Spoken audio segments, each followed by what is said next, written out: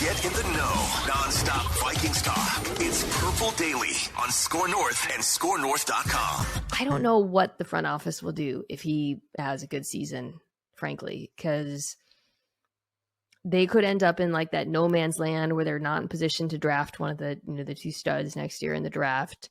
You never know who's available these days. But realistically, will they be able to upgrade from Cousins next offseason? I question that. However, he will probably command a lot of money. Talking Kirky Boy and Vikings on her podcast. Yeah, I mean, she just kind of laid out Vikings history right there, which is they could, I don't know, if they're not careful, they could be caught in no man's land where they're pretty good, but not vying for one of the top 2 draft picks or quarterbacks.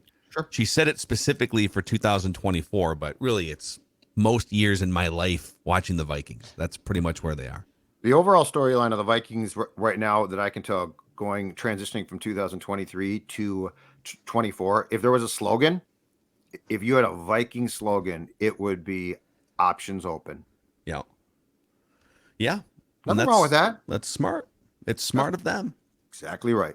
So, all right, boys, we're going to do a Feedback Friday on a Thursday here because we're going to do much more of a schedule. So the schedule, by the way, as we record this, there are what appear to be completed versions of a Viking schedule, but we're going to talk about all of that on our live schedule special tonight on this Thursday night on the Purple Daily YouTube channel at 7. So we'll let it all kind of piece together officially, and then we'll pick the schedule, we'll do a dive in, and then we'll do even more discussions tomorrow off the schedule. So today is a Feedback Friday on a Thursday, presented by our friends at TCL, now an official partner of the National Football League and one of the world's best-selling consumer electronics brands. They have a new lineup of award-winning TVs delivering the most entertainment with stunning resolution, all at an affordable cost.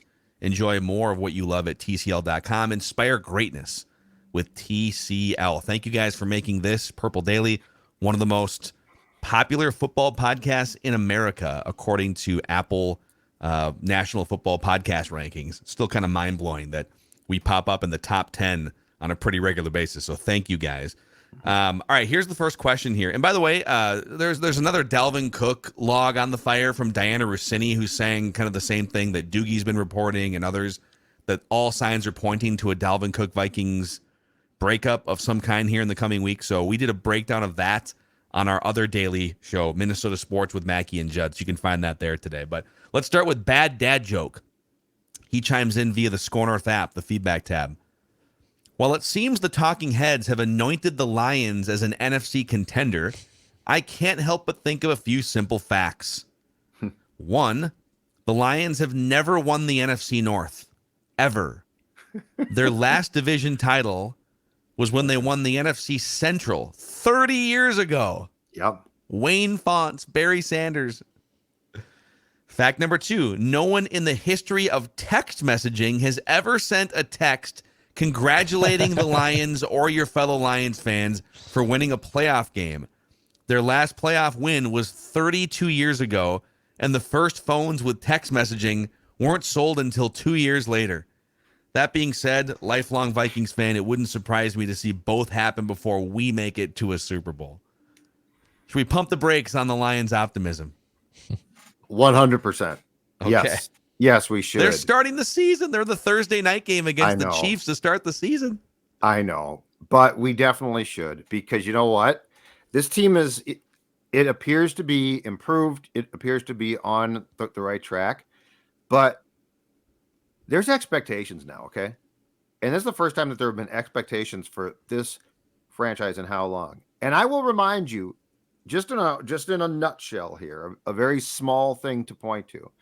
But if you guys recall, in week 3 last year, the Detroit Lions had every chance to beat the Vikings at US Bank Stadium. Dan Campbell went for it on 4th down all game and got it a ton. It was just gutsy. It was fantastic. It was Danny Campbell football. And then at the moment of truth, he decided to attempt a field goal, okay? Danny Campbell. So let's look at all of the things that could possibly go wrong when there's expectations. And that's a very interesting thing to explore, because it's one thing to overachieve when, hey, it's the cute Lions. Oh man, they're better. Oh, this is great. Right. But then when there's expectations, Things change. So do I think that they're going to stick? No. Do I think that they could be good? Absolutely. Am I pumping the brakes? I am pumping them as hard as you can pump those brakes, gentlemen. Okay. I mean, yeah, the Lions over-under win total's 9.5 so far from FanDuel for the season. 9.5 wins. And even if you really want to get more in the weeds of that, it's minus 122 on the money line that they will hit that over. So it's more likely that they'll hit the over than it is that they'll go under the 9 wins, which is plus 100. Now, both those are kind of coin flippy odds, but still, there's more odds that suggest they will hit over 9.5 wins. Jared Goff was awesome last year. That offense looked really good last year. And I know they've tried to make some additions on their defense and to sew up that area because that will a lot like the Vikings. Their defense was obviously their Achilles heel. I don't buy it. I don't buy it for a second. They might be able to get to 9 wins. Hell, maybe only 10 wins gets you the division this year. I don't think this division is really that good either in the NFC North. But no, I'm not scared of the Lions. I have to see it throughout the course of a full season. I will say I think there's room for two things to be true here. Number one, people are a little too quick to crown the Lions something that they aren't yet, and something that they've failed to be for, well, I was going to say 30 years, probably more like 50 or 60 years. Yep. 70 years? The 1950s? Like, when's the last time the Lions were? 50s. 50s. So Yep. 70 years, right? Yep. So I think there's some people that are just like, oh, but look, they're going to take what they did last year and blast off. I have questions about Dan Campbell, some questions about the defense, obviously, but they do have a really good roster. And I think the second thing that can be true, while maybe people are over pumping their tires, I do think Vikings fans are taking the Lions too lightly still. Yeah, I hear a lot of Vikings fans mocking, oh, but Jared Goff is their quarterback. Go look at Jared Goff's numbers the last 2 years compared to Kirk Cousins' numbers. Go look at Jared Goff when he had weapons and a good offensive infrastructure with the Rams, right? He put up crazy good numbers, helped take his team to a Super Bowl. Mm-hmm. So, like, yeah, I think Jared Goff has a lower floor than Kirk Cousins, but those guys both playing at their best are actually pretty similar quarterbacks. So let's be a little bit objective here and say that, yeah, maybe people are too all in on the Lions in some corners of, NFL circles, but Vikings fans, don't just think that they're still the dumpster fire garbage Lions because that's what we're used to. This is a good, dangerous team. And even though Dan Campbell's kind of a football buffoon, they seem to be buying what he's selling for the most part. Yep. And I think for like the last 10 years or so, they have definitely been competitive at times. Like they won, 2 or 3 consecutive games here at one point. So, yeah, they're competitive. I just think it's a leap to be like, oh, they could be fantastic. Like, if I was the league, would I put them on Thursday night against the Chiefs? Probably not. But that being said, it also proves that this league now can feed you whatever they want, and we'll watch it because I will most definitely be watching the Chiefs and Lions. Oh, I love that. I love it. Like, put the Lions in a big spot before the shine wears off. I love it. Yep. All right, Ben Reimler for Feedback Friday here says, regarding the report that the Vikings were interested in moving up to take Bryce Young, do you have any concern that this is a move straight from the Derek Falvey playbook? How many times have we seen the Twins broadcast just how close they were to landing a free agent or making a big move just to settle on a longer shot option? It seems like the Vikings maybe did this. Hey, look how aggressive we were set to be, and then they settle on Jaron Hall. I actually disagree. I think the Vikings are, maybe it didn't happen this year, but like I think the Vikings are primed to be very aggressive when they need to be. Yeah, I definitely agree. And look, I think that they are. So I get the point. I didn't think of it in that way at all. I sort of like it because it's definitely a creative point. But I think, again, I'll go back to what I've been saying. I think the Vikings are very much in the exploratory phase of the relationship of building a roster. So, like, the Twins thing is a little bit different, in my opinion, because that's ordinarily big name free agents that they're not going to get. This is draft picks, and can you go up? And do I think that the Vikings made a bunch of phone calls? Absolutely. So until the Vikings screw the pooch here, I am very much in the camp of this is very interesting to watch. But I'm not really going to sit here and be like, well, if they couldn't get in the top 3, bleep them. Like, we don't know what the plan is here. And to our point, too, the plan might be Kirk comes back. But But I like the fact that they aren't just saying, you know what, okay, let's sign Kirk, 3 more years of Kirk. I like the fact that they are controlling, and this is not anti-Kirk. They are controlling the situation, in my opinion, for the first time in a long time, as opposed to allowing the player to dictate it. Yep. Eric Wasness chimes in, says, hey, wanted to make sure you heard that Score North is being ripped off again. Oh, boy. KFXN Radio's Common Man is doing the first ever mock schedule on his show earlier this week, and giving no credit where credit is due to Judd Zulgad. Great job covering Minnesota sports. Love listening. Keep it up. Wow. Well, it's what happens when you innovate, right? You know, someone has to take the lead and take the initiative and innovate, and then others copy. And that's just Judd Zulgad's entire career. An innovator who gets copied. I consider Dan a friend, so it hurts a little bit. It's going to take me a second. I didn't know that this was done. I think those guys might have also stolen Packer Vent Line at one point a few years ago. Yeah. Now, in full disclosure, I think we, not completely on purpose, they did the Augusta thing before us. So we stole that from them. And so I think we stole that from them. Okay. So like the Augusta thing, well, which, that by sounds the way, like we was need to great. steal something else. Maybe we could steal. What if we did like a bracket and we took people's, I don't know what the word is, bad takes or something. Their old takes exposed. Silly or something, statements? and we did like a bracket. The silly statements bracket. Yes. But are certain like entities excluded from that? Like, can we not exclude certain other ones from it, or like is it all encompassing? You know, national, local. I like where you're going, where do or we just draw a certain, line? or yeah, like. So we don't want to upset anyone.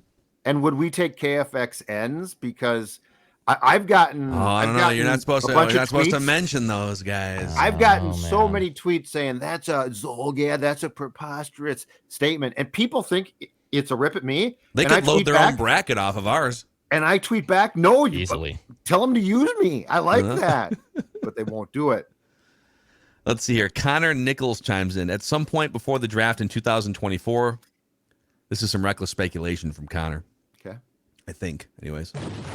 Reckless speculation. At some point before next year's draft, the Vikings will be linked to discussions regarding a trade for Kyler Murray. Well, that's all right. I'm listening to Judd talk about KOC's willingness to draft a smaller quarterback due to the rumors of the Vikings moving up to draft Bryce Young. If the Cardinals stink this year and as bad as they did last year, they will be looking to pick up a top cheap rookie quarterback and will need to offload Kyler before the 2024 draft takes place. Would you have any interest in buying on Kyler Murray? And I don't think that Kevin O'Connell would, based on what we have heard about Kyler's background as far as paying attention to the playbook and things like that. Yeah, he's just kind of a Call of Duty. He's a sourpuss, obligations. Man. He's not a leader. I think that the Vikings would be potentially interested in his abilities, but I think KOC puts a very high premium on the ability to take control and learn and lead and things like that. And if what's been put out there about Kyler is true, he does not enjoy that part of the game.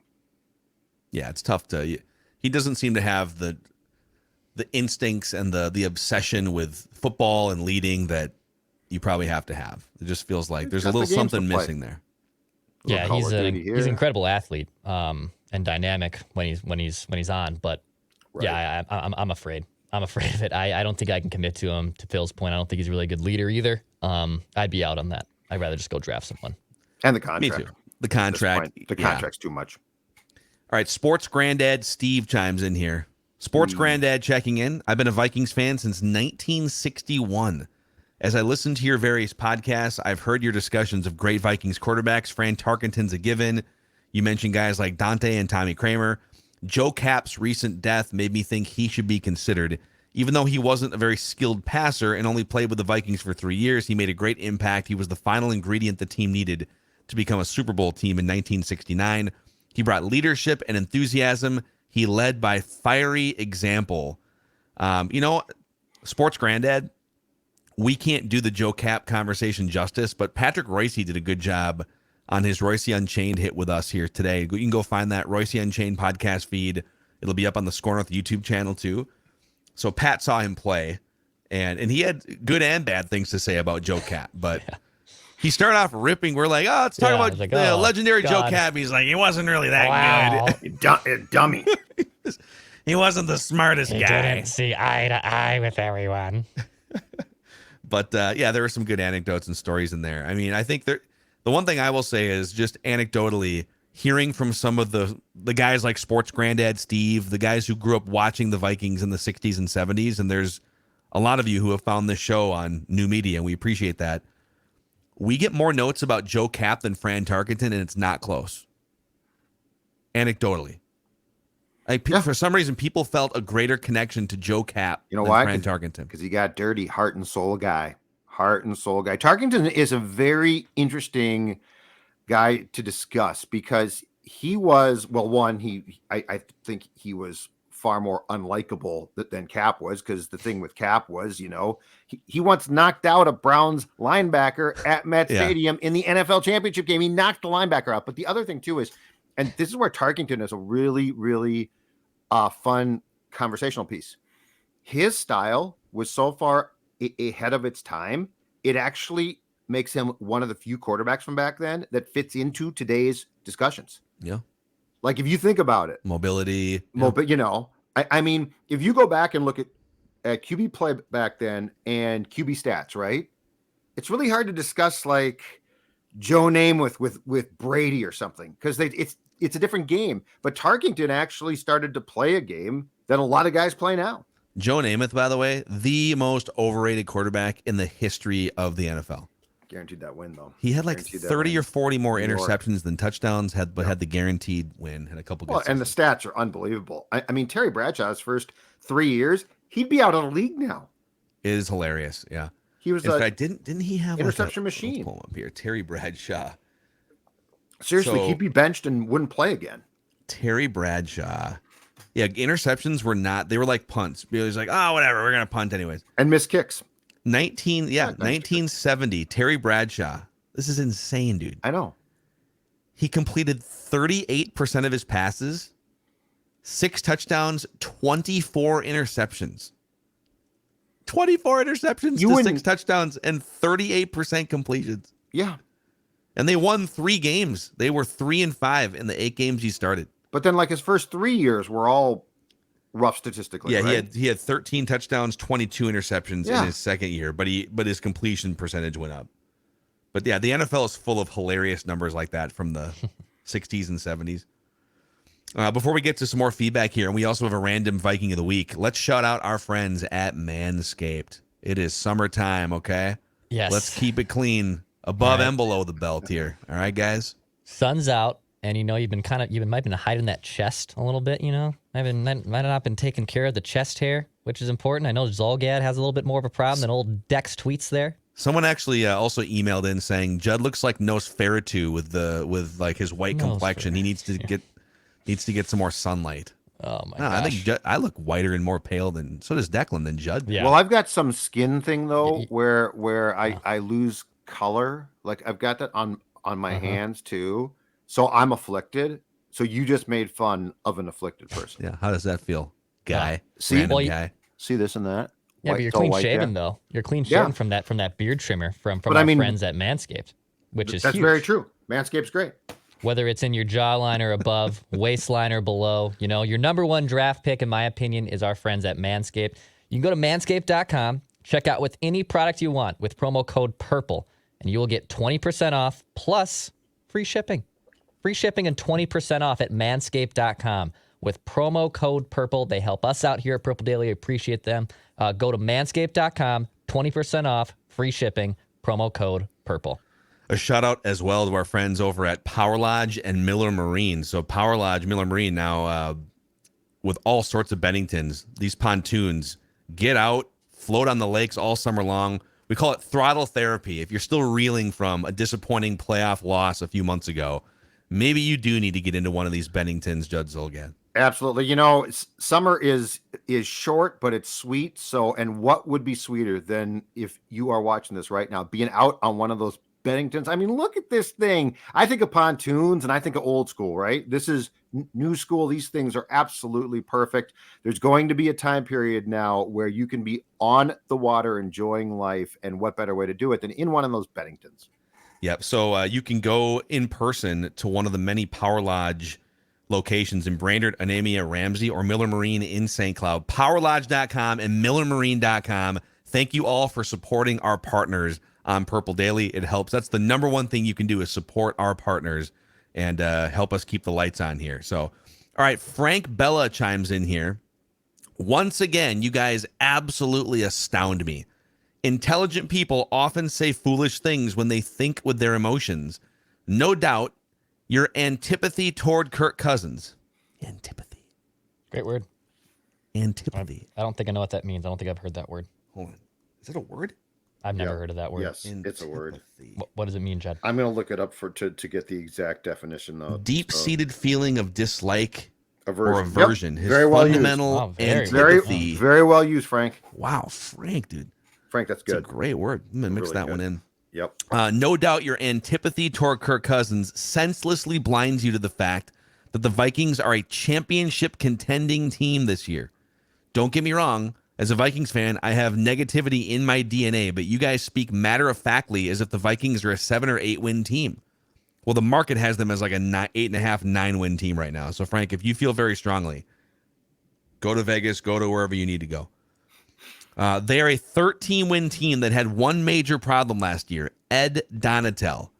Even with last year's roster, they could have been the 2 seed and probably would have won 2 playoff games at home, but not for the disaster of Donatel. Okay. There's more to this email, but get a grip. Enjoy our beloved Vikings. See if they can get to the Super Bowl with this team. Skol from New York City, Frank Bella. Great word, Frank. Thank you very much. Antipathy. I will say this. Dealing in might have beens and maybes is not what we do here. We deal in what you did.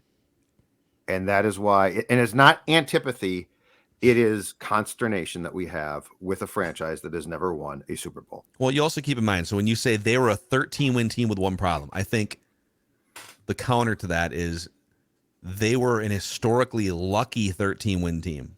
Now, sometimes do you make your own luck? Absolutely. And the Vikings made a lot of their own luck in the fourth quarter by just being precise, situational football. And that's one thing that they preached.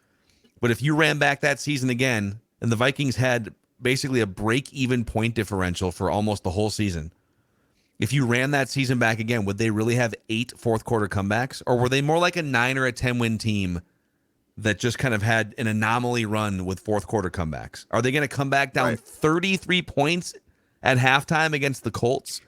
So like their process was more of a 9-win process, and they got to 13 wins. And every season in the NFL is very different. The schedules are very different. So I would just be really careful thinking that because they won 13 games and their defense was bad and their defense should be better, that now it's a linear progression to 14 wins and NFC championship game. Like that's not how the NFL works. So that's kind of what we're bracing for here. All right.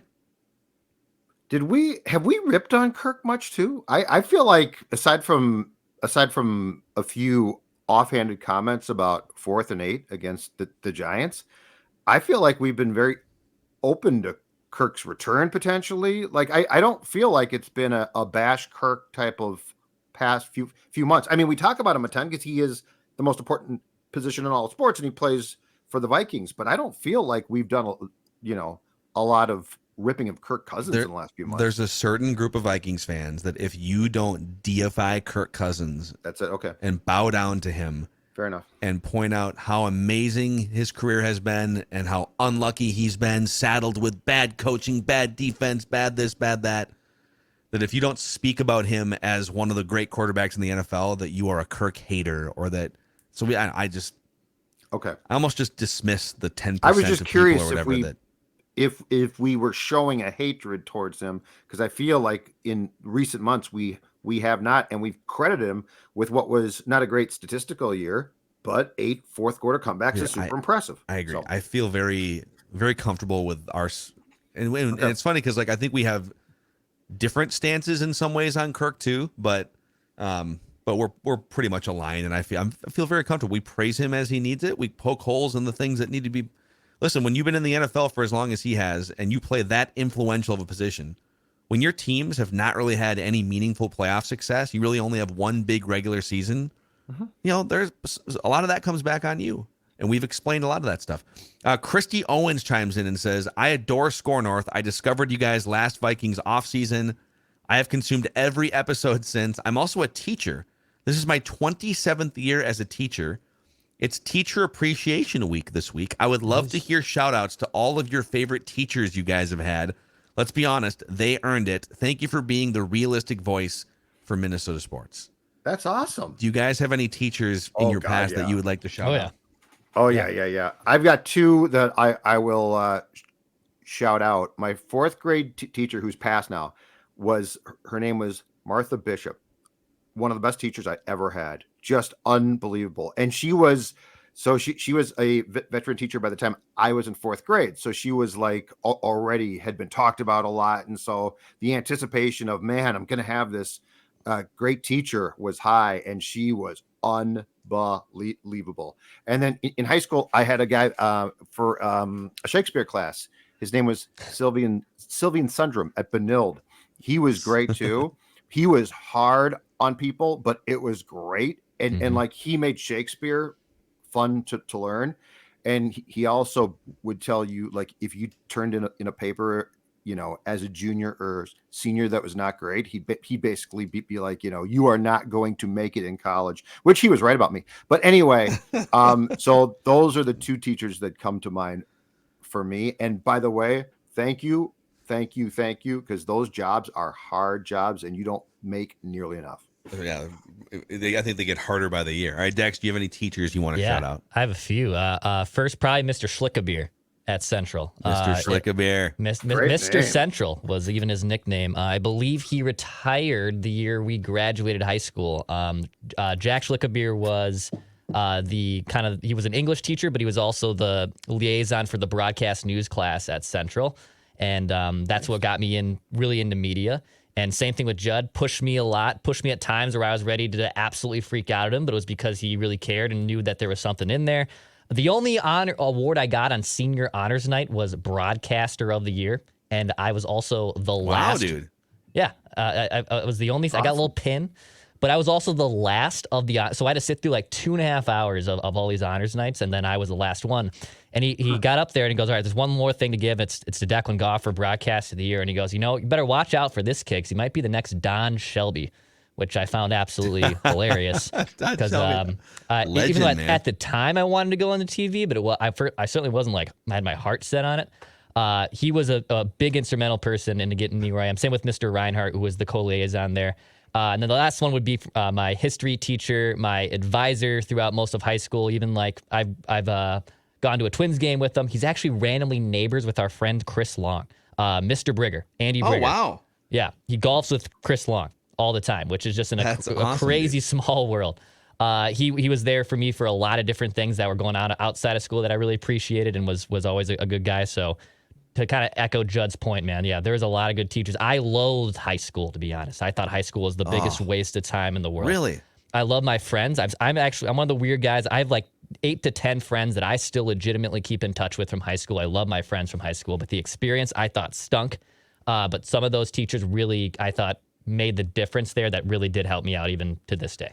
You know what's funny? I loved high school, but I think a lot of people, I don't really connect with the people that look back like those are the greatest days of your life and those are days that you long to go back to. Like, I don't have that feeling about it. It was a great 4-year run. So my 20-year reunion is coming up in August. Buffalo High School class of 2003. Oh, wow. And I feel like the social media era, like Facebook, it's made it less of a novelty thing, because you can kind of keep track of people. You see photos of people and their lives old stories, and stuff. though. Yeah, but it's just drink a few beers, pat them on the back, laugh about 2002. Sure, and I may go do that, but I think like previous generations, you literally don't know what people look like. You don't. Because there was no Facebook or anything, unless you're talking on the phone to these people or see them if you live in the same town. So, but I had a good time. I feel like, God, I have like 100 teachers I want to thank now. I'm glad that Christy did this. So I feel like I'm going to. I skipped a bunch myself. Did you? Actually, you know what? So I'll start in college. One of my favorite college teachers was John Rash. Judd, actually, I'm pretty sure. Didn't you speak in one of my classes? I think I spoke at one of them, and I think Neil Justin, my friend from Star Tribune, talked.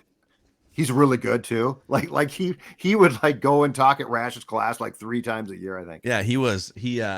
Actually, Neil Justin was the first guest I ever booked as a radio producer because I met him in that class, and we got him on the Sludge and Lake show on KFan to talk about a new TV show that was coming out or something like Entourage. Nice. So John Rash as a journalism teacher at the U of M, and then I had great teachers in high school. Ryan McCallum was my yearbook, and I think there was a journalism class in there too. And Ryan invited me back a couple times to speak to like yearbook and journalism classes, and just taught me a lot about. Ryan sometimes would get mad because I would complete an assignment and then just like be dawdling around on my computer or something for a week while other people finished their yearbook. I was kind of an overachiever in the writing classes. So I remember him like, dude, don't you have something you could be doing? I'm like, I'm done with my article. It doesn't take 4 weeks to write an article. I don't know. Right. Vicky Carey, who was just, she taught like the AP or the college and the schools writing classes. So I got to take like an AP journalism class in high school. And I'll never forget, she pounded into our heads, trim the fat. It's a lot harder to write short than it is to write long. Be concise. Say it in 500 words instead of 2,000 words. And she was just a great, great teacher. Nancy Eink was my Spanish teacher. And I remember we were in her class during the 9/11 morning, and just the way that she handled situations like that was awesome. My band, that's right, I was in band and sports. I was one of like 4 people that was like varsity sports and concert and jazz band. So Lee Chesbo, Allison Hazeman, 2 incredible band teachers, and Matt Lubin was a science teacher and baseball coach. I think he's now, I want to say he's the principal at Buffalo Middle School, but I feel like I'm missing a bunch of people. But anyways, you only appreciate your teachers. They're the best teachers you ever had. They're all the best amazing. Teachers and there's you more ever had. They're all amazing. They all helped shape Macadac at Buffalo High School. Let's see. Alex H says, really enjoying the offseason content so far with all the talk about the UDFAs like Ivan Pace and Andre Carter. I think it would be helpful if you guys could walk us through the UDFA. You know what? Let's do this. This is a longer thing, Alex. Let's do this on the Mackey and Judd one tomorrow, because I think that would be a lot of people like, what are this UDFA process? Some of these guys get more money than they would if they were drafted. We should go over this one tomorrow. Deal. We'll save that one for tomorrow. Let's get to a random Viking of the week here, actually, boys. I think it's time to bust out the random Viking of the week, presented by our friends at Aquaside. Declan, you're going to be competing against Judd here, but first, let's pimp Aquaside. Oh, I can't wait. We're Memorial Weekend's coming up in a couple weeks. Can't wait to get up at the cabin. Maybe put the feet in the water and whatnot. It's finally warming up, and as I step in that lake and maybe throw a football around as I enjoy a surly or a nice beverage, I'll be nice to know at the bottom of that lake, it is an Aquaside lake. There's no lake weed. There's no algae. You know, sometimes you step in that lake for the first time. Oh, what am I stepping on? And you don't want to step in that algae. It kills the vibe, right? We can get these Aquaside pellets that can help take care of that. In fact, Aquaside will help you dissect what exactly is in your lake or pond. What is it? Algae? What type of weed am I working with here? They'll help you work with it to remove it. You can buy these products at aquaside.com. They're located in the Twin Cities in the White Bear Lake area, but you can buy their products also at aquaside.com. Bada bang, bada boom. It's the Random Viking of the Week here. We've done 83 Random Vikings of the Week over the past couple years. Judd has a 52-31 lead all time on the combination of me and Declan, or Declan and me. Some previous recent Random Vikings include Mike Tice, JT O'Sullivan, Christian Ponder, Ontario Smith, and Mick Tinglehoff. I'm going to throw out the clues today. Declan versus Judd is the matchup here. I'll throw out a series of clues. You guys get up to 3 incorrect guesses each, or you're eliminated. You can ask me questions I can refuse to answer. No cheating, no Googling. Are you ready? Yes. Are you ready? Let's do this. This Random Viking of the Week originally hails from Chicago, Illinois. Chi-Town. That's right. Any guesses? I think Judd's got it. Give me another one. This Random Viking of the Week played college football in the Big Ten. Napoleon Harris. I swear to God. Wow. Great guess. I love the aggressiveness. Napoleon Harris was my guess. I really thought it was. I thought he was from Chicago. Oh Whoops. my God. Okay. All right. I'll give you this big clue early. Okay. This Viking was partially responsible for one of the most noteworthy moments in Vikings history. Okay. One of the most noteworthy moments in Vikings history. Yep. I think I can Weird. say that. You phrased that very weird too. Yeah, Notorious moments. You didn't say game. You didn't say play. You said moments. I stand by my phrasing. Yeah, no, that's excellent phrasing. This Random Viking of the Week played in 116 career NFL games and 11 playoff games. Wow. That's career though, right? You said, right? Mm-hmm. Okay. 11 in one. He played 11 playoff games in one season, actually. I'm just kidding. Mathematically, that's impossible. You said 116 games? 116 regular season games, 11 playoff games. Okay. According to a newspaper article I found on the internet, this player describes himself, or at least once described himself, as cerebral and learned to play chess as a youngster.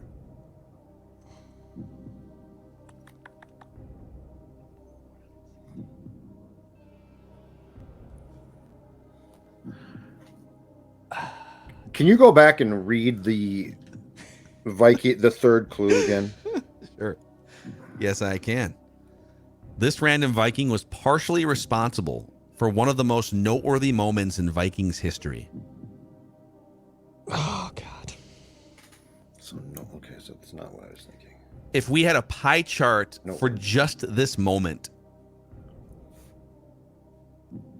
you could argue if it was my pie chart, I would give him the second biggest chunk of pie. But you could even debate it. You could debate that he would get the biggest chunk of pie. But that would just be my pie chart. This Random Viking of the Week is currently an NFL assistant coach.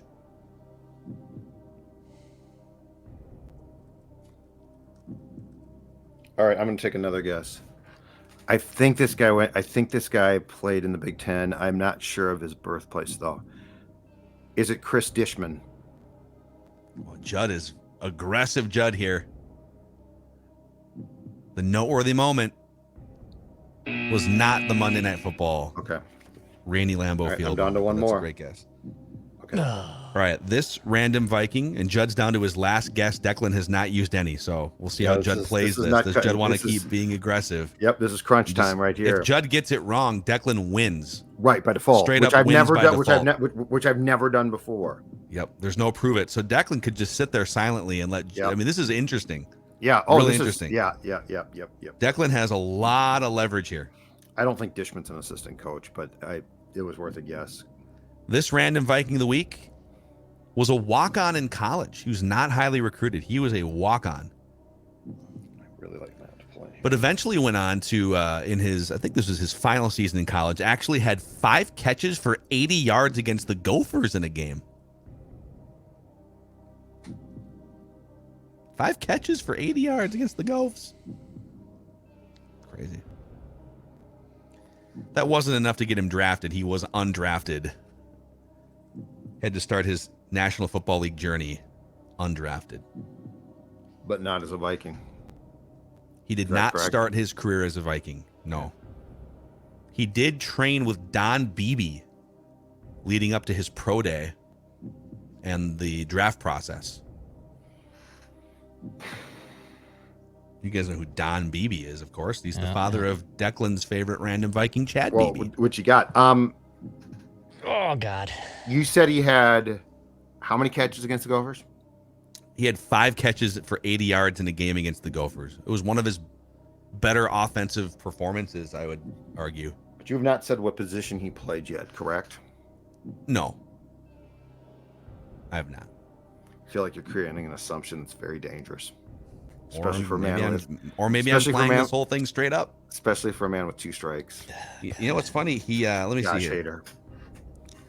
I would say that Declan wants to guess. I can feel it. Oh, go ahead. Oh, I don't have a Declan guess wants to yet. guess. Nope, I don't have a guess yet. I had an original one, but I don't think it's not this guy. He's not an assistant coach. He once scored a touchdown in the Super Bowl. I'm not sure I even knew that before I started researching, but he scored a touchdown in the Super Bowl. Can you tell us how he scored it? Yes, he caught a pass. Okay. I'll give you the coaches. His NFL coaches. He had 3 of them. No, okay. Bill Belichick, Brad Childress, Andy Reid. Belichick.